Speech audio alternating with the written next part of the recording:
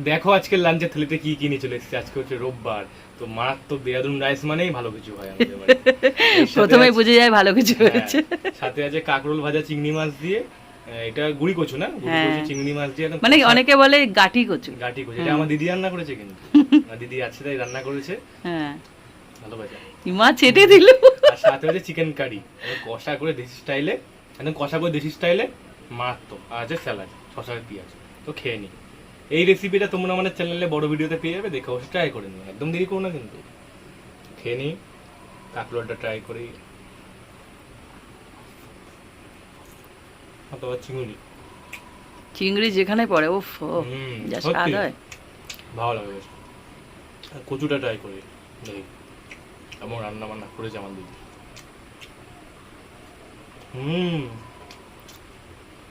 চিংড়ি হতে পারে ছোট, স্বাদ একই। হুম, প্লেটটা ছোট হয়ে যায়। মানে আরো বড় থালা হলে ভালো হতো, মানে আরো রেসিপি নাকি? গ্রেভিটা দাও, কালার দেখ।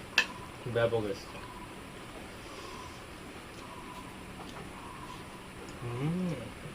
মারাত্মক হয়েছে, মারাত্মক।